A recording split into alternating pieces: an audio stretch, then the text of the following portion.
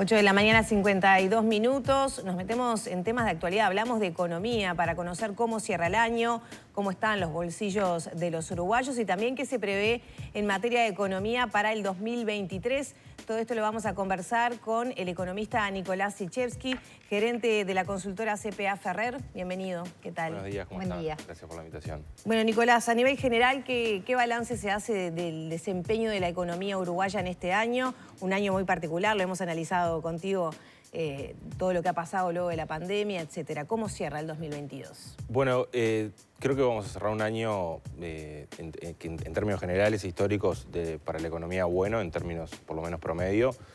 Vamos a terminar creciendo cerca del 5,5%, 6% en ese entorno, que es bastante más de lo que se esperaba hace un año atrás. Detrás de ese número, básicamente lo que hay es un rebote de, cuando nos comparamos contra 2021, un rebote de algunas actividades que habían estado afectadas por la pandemia y un impulso adicional, en particular en el primer semestre, vinculado al sector agroexportador por los altos precios de las materias primas.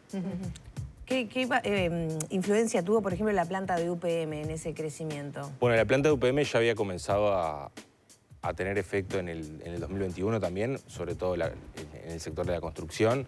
En este año también tenemos una incidencia adicional de lo que son las obras conexas, que básicamente, bueno, tuvimos la inauguración hace unos días del viaducto, tenemos la construcción del ferrocarril central y además,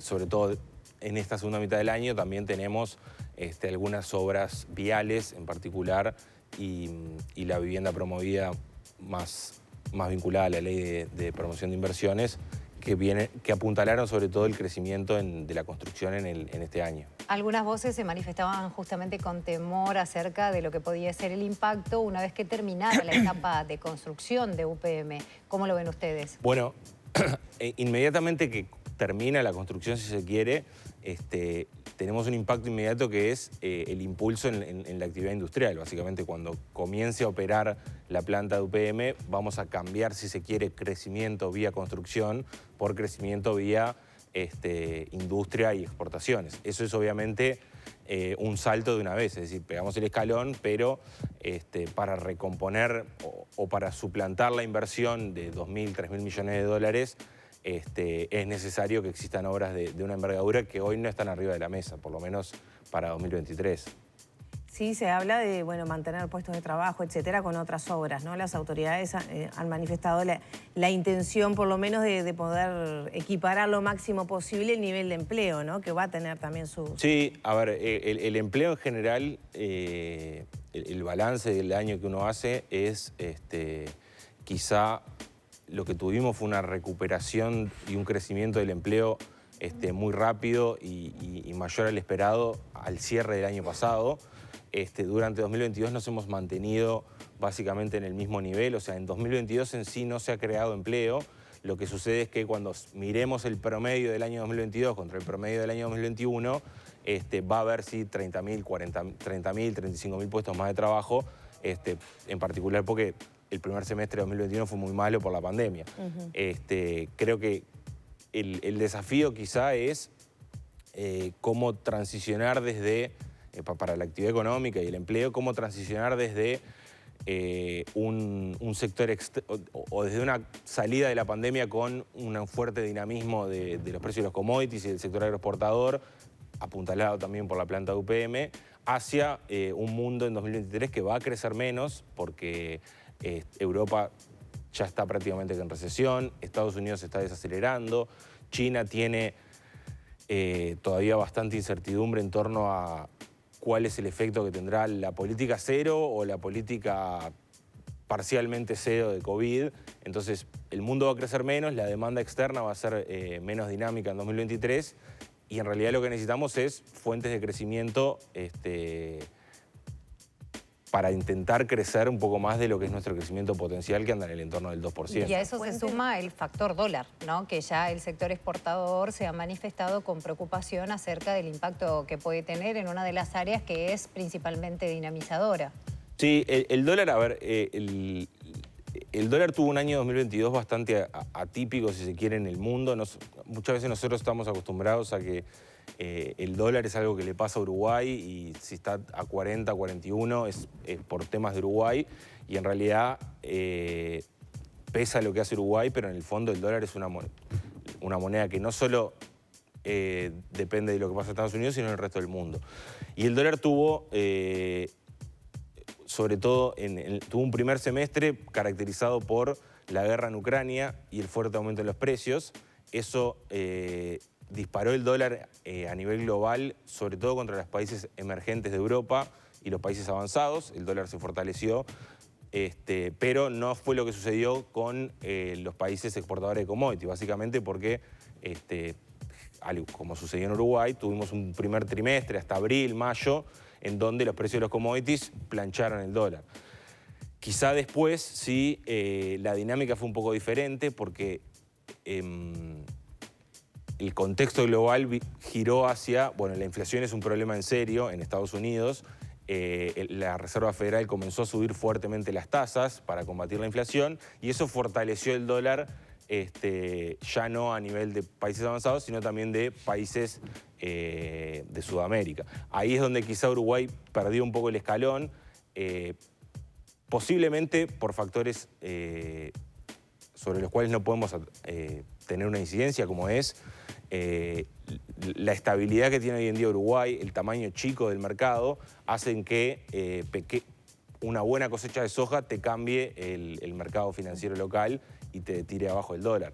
Es verdad que en ese contexto también el Banco Central ha ido subiendo las tasas para combatir la inflación y es un trade-off entre, bueno, queríamos una inflación por debajo del 10 o que se disparara como sucedió en otros países, o un dólar más arriba. En definitiva, creo que en los últimos meses lo que cambió también fue que en este entorno de mayor o de menor crecimiento, como veníamos hablando de cara a 2023, en Estados Unidos se percibe como que la política de suba de tasas va a ser un poco más contenida y eso ha de nuevo impulsado las monedas que no son el dólar. Y por eso es que quizá hoy es un punto más de preocupación, porque tenemos precio de los commodities en reversión, o sea, la carne ha caído. Claro, la carne ha caído después de precios récord también, claro, ¿no? Entonces, esa caída de alguna manera es esperable, supongo, ¿no? Por los mercados. Y no quiere decir que sea un precio malo igual. No. Los precios de los commodities de los que exporta Uruguay están todos, o casi todos, en precios en términos históricos buenos. Lo que pasa es que en el margen pasamos de una situación en donde prácticamente que todos los precios de los commodities estaban muy arriba, en donde el dólar ahí ya no era una preocupación tan grande, porque en definitiva el dólar se apreció, el dólar estaba barato también para nuestros competidores, hacia un escenario en donde en algunos sectores los precios ya no son tan buenos y ahí sí es donde la ecuación, claro, con el tipo de cambio a 38, 39 es más complicada. Y esos sectores ya se han hecho sentir con sus reclamos. Exactamente. Después tenemos toda la historia separada, lo que es el comercio de frontera y el turismo, en donde la diferencia de precios responde a lo que hacen, a la situación de Brasil y Argentina, y ahí sí que no. Que siempre somos dependientes en ese Siempre somos dependientes, o sea, el turismo es muy relevante para nuestro país, es muy intensivo en empleo, pero ahí sí que si el dólar estuviese a 41 o 42, la historia sería la misma y los flujos de turismo y de comercio con Argentina tendrían el mismo signo. Pero ¿cómo repercute justamente ese precio del dólar que puede afectar de repente a los grandes exportadores dentro del mercado? Nosotros, que vamos a comprar un dólar, ¿cómo afectan los precios? Y bueno, dependiendo del sector, quizá el principal problema es que en definitiva, si los márgenes de rentabilidad no son tan buenos, puede haber incentivos a que la producción sea un poco menor. Es decir, por ejemplo, en la cadena del arroz, el arroz se puede exportar industrializado o el grano básicamente recién cultivado. Y en definitiva, si los costos de producción son elevados porque el dólar, porque en definitiva el costo salarial en dólares es muy elevado y no nos permite ser competitivos en el proceso de industrialización, hay más incentivos a exportarlo de forma más primaria y eso en definitiva es menos empleo y menos producción. O sea, en general esa es la dinámica que en el fondo termina con, o puede terminar con una desaceleración de la economía en el margen, siempre hablando, ¿no? No es que la economía vaya a caer. Y ahí, en esto que es tan complejo y que tiene, ¿no?, tantas aristas, tenemos por otro lado el tema del consumo, ¿no? El consumo interno que costó, no se terminó de recuperar, está vinculado al deterioro del salario real, que es como la contracara de esto que decís, ¿no? Porque al ciudadano de a pie, al asalariado, un dólar más bajo sirve meter un viajecito, comprar algo más, ahorrar un poquito si puede. De hecho, las cosas grandes se venden en dólares en nuestro país, sí, exactamente. ¿no? Autos, casas, etc. El dólar bajo, en definitiva, no es que perjudica a todos. Incluso los importadores, o sea, las empresas que importan y venden autos, obviamente se benefician con un tipo de cambio más bajo porque los precios son más bajos y venden más autos. El consumo en sí, como decías, fue el sector, o si se quiere, el rubro de la demanda que más lento se recuperó del efecto de la pandemia y en particular tuvo un primer semestre bastante malo porque la inflación terminó estando 1 o 2 puntos porcentuales por encima de lo previsto. Es verdad que la perspectiva es probablemente de una recuperación del consumo apuntalada por la recuperación del salario real que comenzó sobre todo a partir de mitad de año con los correctivos por el adelanto de los correctivos por inflación. Hay que tener la cautela también de que parte de esa recuperación de los ingresos de los uruguayos se va a ir vía... Inflación.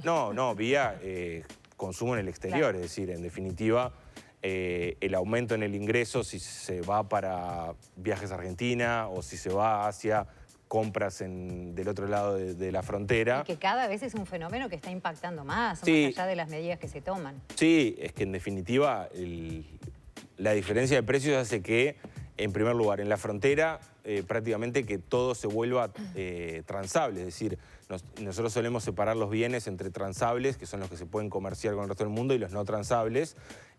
Y uno pensaría, bueno, ir al cine, ir a salir a cenar y ir a cortarse el pelo es no transable, pero en realidad en la frontera, si cruzo 30 minutos y me sale todo de la mitad, eso se vuelve transable y ahí es donde se pierde parte del consumo, se pierde parte de la actividad económica y del empleo. ¿Qué incidencia tiene eso? La otra vez hablando con Iturralde nos mencionaba el 20% aproximadamente, o sea, cambiaría, por ejemplo, el consumo en un 20% si no tuviéramos esa facilidad. Bueno, o sea, ¿qué incidencia tiene? Porque yo pienso mucha gente que... O sea, capaz que uno mide con la vara de uno que va, tiene auto, pero no todo el mundo lo hace. O sea, capaz... No, a ver, ahí hay dos situaciones que gana 30.000 pesos, no sé si va a Argentina a comprar...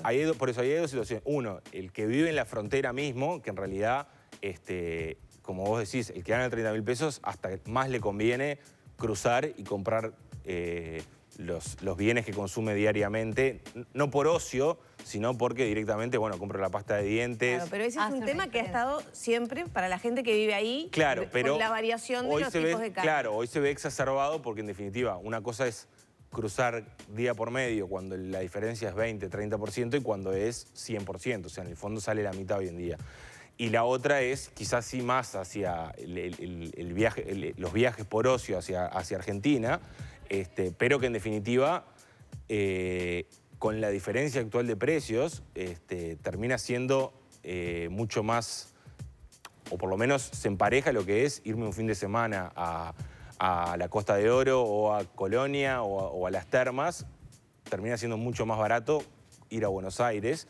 Y ahí es donde perdemos ingresos de divisas por turismo. O sea, tenemos el dato del tercer trimestre, o sea, entre julio y septiembre, y fue de los peores datos en términos de cuánto ingresó por turismo y cuánto salió desde 2013, 2014, cuando había... Eso te quería preguntar. ¿Qué se espera, qué lectura hacen de lo que puede pasar en la temporada de turismo, que todos sabemos que es un factor importantísimo en Uruguay y que se vuelca al resto del año? Sí, a ver, creo que la temporada, si se quiere, de verano, que es la que más ingresos de divisas genera en Uruguay, no necesariamente va a ser tan mala en algunas partes del país, Punta del Este típicamente. Sí es probable que áreas más vinculadas a el turismo interno o al turismo de Brasil o al turismo, si se quiere, no, La clase no de media lujo. argentina. Exactamente, clase media argentina, gente del sur de Brasil. Ahí sí probablemente tengamos un dinamismo menor a lo que teníamos en 2019, que ya era un año más bien malo en términos históricos. El problema, o si se quiere la preocupación, creo que sigue estando en el resto del año, porque en el resto del año es donde en general no cambia mucho el turismo y el receptivo, porque somos un país de turismo de verano más bien, y es donde justamente la gente cruza a Buenos Aires, la gente se va en turismo a Brasil, o sea, ese es el gran problema, creo, de la balanza turística, no tanto si la primera quincena de enero es buena o no. Nicolás, ya pensando en bueno, bondades y desafíos del año que viene, con estas perspectivas de que el crecimiento va a minorar, que hay compromisos de recuperación del salario real, está el tema del desafío del empleo, ¿cómo vendrá el 2023? Bueno, creo que va a ser un 2023 en cierta forma más parecido al segundo semestre de este año que al primero. Esto es un 2023 con cierta recuperación del salario real. Eso está comprometido por lo menos hasta mitad de año que viene, cuando se negocien nuevamente los consejos de salarios, con el compromiso de recuperar lo perdido por la pandemia. Va a estar más apoyado en el consumo y el crecimiento, pero vamos a tener una demanda del exterior más parecida a lo que fue este segundo semestre, con precios más moderados, pero todavía buenos históricamente, y eso nos va a hacer tender a crecer más en torno a nuestro potencial, que es de un 2,5% en el año. Y por último, vamos a seguir teniendo este escenario de que Argentina y Brasil están baratos respecto a nosotros, y eso nos va a seguir siendo una piedra en el zapato para el turismo y el comercio en particular. Al día de hoy, ¿qué tanto, si está medido, sigue afectando el factor pandemia y va a seguir afectando en 2023? Y a priori uno pensaría que hoy en día no hay ninguna afectación más allá de algún gasto particular del fondo COVID, por ejemplo, para compra de vacunas o seguros de salud cuando uno está en COVID, eso todavía está en la práctica, pero no parece haber impactos en la actividad económica en Uruguay por la actividad por temas vinculados directamente a la pandemia. Si se quiere, uno podría pensar, por ejemplo, bueno, todavía la conectividad aérea no se recuperó en un 100% y eso termina en que tenemos menos ingresos de turistas, pero son cosas muy puntuales y si se quiere, el primer trimestre del año que viene, o sea, si lo miramos más en términos del año, bueno, en 2022 sí tuvimos un primer trimestre, todavía con la variante Omicron y el turismo un poquito afectado, pero eso ya quedó atrás y cuando miremos el año 2023 entero, uno no pensaría que vaya a haber efectos. Ahora aparentemente hay una suba de casos, pero no parece que vaya a tener los efectos que tuvo en el pasado. Y en materia de empleo, ¿qué se puede esperar para el año que viene? Se termina UPM, lo que hablábamos un poco antes, ¿no? Y bueno, no hay grandes inversiones de ese porte, por ejemplo, anunciadas como para... No, de ese tamaño no. Sí hay, como hablábamos, inversiones más bien más chicas, vinculadas a vivienda, a infraestructura vial. El empleo creo que va a seguir teniendo la misma dinámica de ser o de mantenerse dinámico para los sectores de capacitación media y alta, para los sectores agroindustriales probablemente también, pero vamos a seguir teniendo el problema del empleo o de las personas con baja calificación van a seguir teniendo problemas de empleo. Eso te iba a preguntar, ¿qué pasa con la calidad de ese empleo, bueno, con todo lo que tiene que ver con informalidad?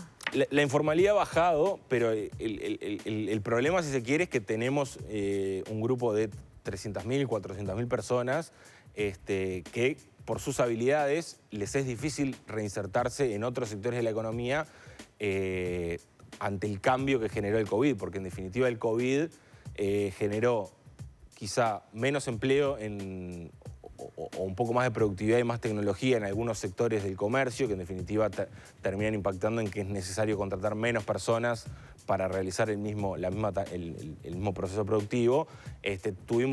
Tenemos, creo, el problema de que como la gente está un poco más de tiempo en la casa, se demanda menos servicio doméstico y eso también genera problemas de demanda de empleo de servicio doméstico.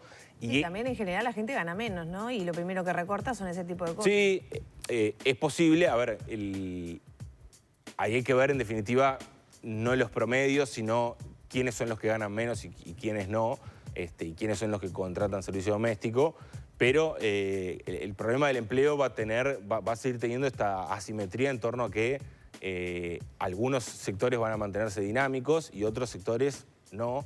Y los sectores más bien menos dinámicos van a ser los de menos capacitación, que en definitiva son los que tienen menos ingresos. O sea, ese problema creo que nos va a seguir acompañando en 2023.